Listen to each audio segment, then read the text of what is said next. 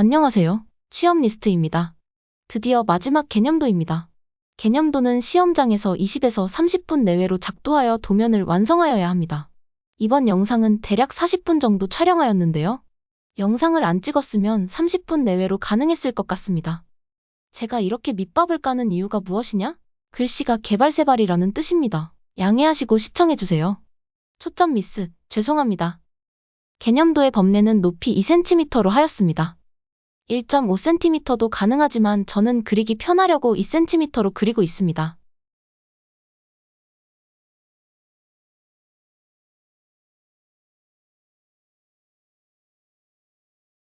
기호 표시, 기호 설명, 표기 설명, 표시 개념 등 범례의 정답은 없습니다. 책을 참고하셔서 쓰고 싶은 명칭으로 사용하면 됩니다. 요구 조건에서 주동선, 부동선, 산책동선을 요구하고 있으니 개념도도 반영합니다. 그리고 공간과 공간을 연결하는 연계동선은 필수적으로 들어가지요. 공간 표시를 까먹어서 마지막에 넣었어요. 그리고 도면마다 다 다르겠지만 필수적으로 들어가는 식재를 넣어봤습니다. 차폐, 완충, 요점, 유도, 경계, 경관 및 녹음 식재입니다. 경우에 따라서 경관 식재, 녹음 식재가 분리되기도 합니다. 이외에 지표 식재가 더 있습니다. 교재를 보다 보면 거의 기호를 비슷하게 그립니다. 오랜만에 그려서 긴장되네요. 뭐 어디서부터 어떻게 그려야 할지. 화살표가 시선이 꽂히게 뾰족하게 적당히 크게 그려줍니다. 주동선과 부동선을 구분해줘야 하는데 교재처럼 선을 많이 그으면 시간이 많이 걸립니다. 간단하게 둘 다 같은 형상으로 하되 면을 채우는 주동선과 채우지 않는 부동선으로 구분합니다. 산책동선은 직선보다 곡선으로 이루어지므로 다른 동선과 구분되게 그립니다. 선의 개수를 늘려서 구분하되 너무 과하지 않게 그립니다. 연계동선의 삼각형을 채우는 건 개취입니다. 차폐는 보편적으로 이렇게 그립니다. 가끔 정말 뜬금없는 별 형상으로 그리시는 분들도 계시는데요. 교재의 개념도를 다 훑어보시고 보편적인 이미지로 그리는 게 좋습니다. 완충도 요 정도로 밀도 내줍니다. 이렇게 더 그려도 되긴 합니다. 완충도 사선의 밀도를 높게 하면 실제 도면에서 시간이 많이 소요됩니다. 교재에 보면 요점 식재는 별 형상으로 되어 있는데요. 시간이 많이 걸리니까 간략하게 표시해도 무방합니다. 유도 식재와 경계 식재도 대개 이런 형상으로 많이 그립니다. 경관 및 녹음 식재는 안에 물방울 형상 또는 격자 형상 등으로 나타냅니다. 저는 경관 식재는 물방울 형상으로 그리는 편이고 녹음 식재는 격자로 그립니다.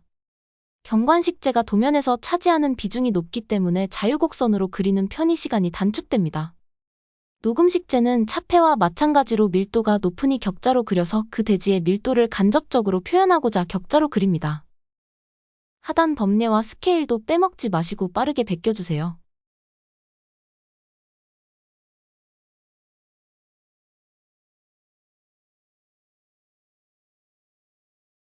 외곽 1점 쇄선 그려줍니다.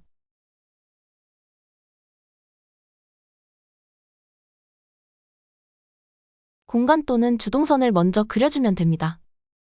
최대한 간단한 장식으로 동선이 구분될 정도로만 그리는 게 좋습니다. 동선의 내부에 선적인 요소를 많이 넣으면 도면에서 시간이 많이 소요되겠죠? 아까 빼먹은 공간을 표시하였습니다. 보통 공간은 범례의 가장 상단에 씁니다. 공간은 이중선으로 그리되 선이 많이 교차하지 않게 잘 이어서 그려주세요. 공간과 공간 사이를 연계동선으로 이어줍니다. 전망 및 휴게 공간도 계단과 슬로프가 있지만 간단하게 계단 부분만 이어줍니다. 산책동선은 주 부동선보다 얇게 그리면 됩니다.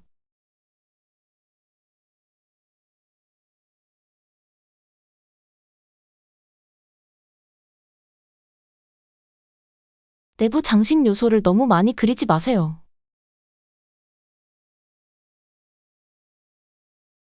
차폐식재입니다. 병뚜껑 모양이 끊기지 않게 그려주세요. 완충식재입니다. 요점식재입니다. 다시 완충식재입니다. 빵실빵실한 구름 문양을 적절하게 나왔다 들어갔다 하게 그리면 완성도가 높아집니다. 유도식재입니다.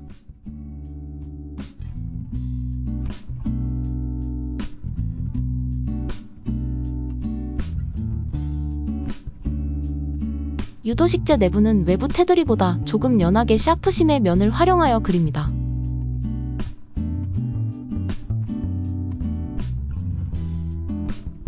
차폐식재입니다. 개념도는 20에서 30분 내외로 그려야 하므로 최대한 자를 쓰지 않습니다.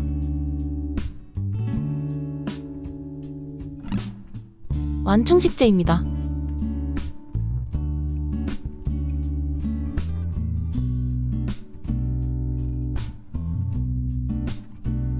경계식재입니다.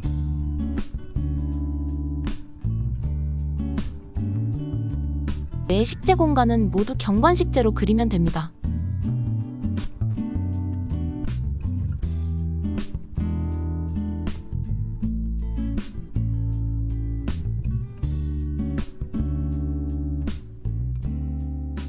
정확히 식재가 있는 공간에만 그리는 것이 아니라 빈 공간은 다 잡습니다.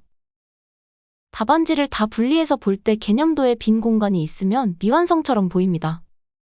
마음이 급하여 해치를 막 그렸는데 45도보다 더 가파르게 되었네요. 저의 실수입니다.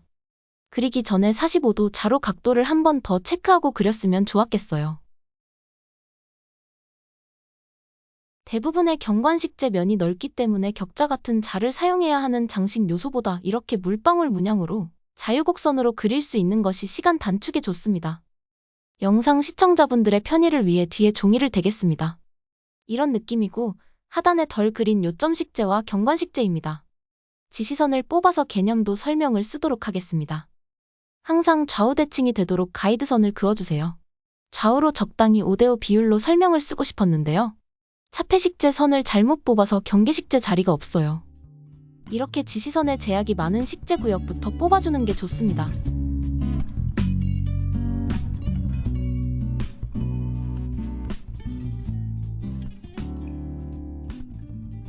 이렇게 해서 좌측 3개, 우측 3개 지시선을 뽑았습니다. 공간에 대한 설명도 써줍니다. 좌우 대칭 잊지 마세요. 도면에서 사용하는 대부분의 타이틀은 1에서 1.5cm 높이로 작도합니다.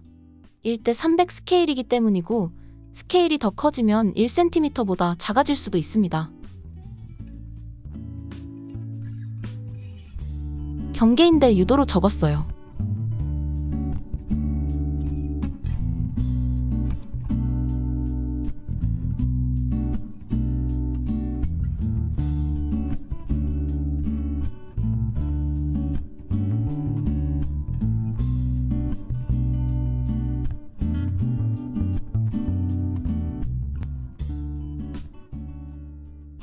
손이 너무 아파서 글씨에 힘이 안 들어갑니다. 이 영상을 끝내자는 일념 하나로 시험이라 생각하고 빨리 써 내려갔습니다. 공간마다 설명을 써줘야 하는데 정답은 없지만 본인만의 설명 템플릿은 만들어야 합니다. 예를 들어서 무엇무엇을 위한 공간으로 무엇무엇의 기능을 한다 이런 식의 문장 구성입니다. 공간의 하단에는 시설을 써주시고 식재의 하단에는 대표 수종을 써주세요. 식재에 관한 설명도 교재를 참고하셔서 가장 암기하기 쉬운 스타일로 템플릿을 만드세요. 점점 손에 힘이 빠져갑니다. 글씨체 양해 부탁드립니다. 물론 저도 시험장에서 저 정도 글씨로 쓰긴 했습니다. 문제는 필압이 너무 약해서 글씨는 지금보다 더 강하게 써야 합니다.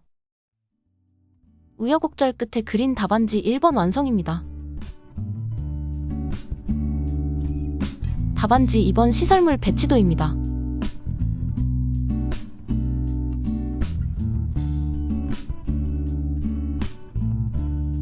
답안지 3번 배식 설계도입니다.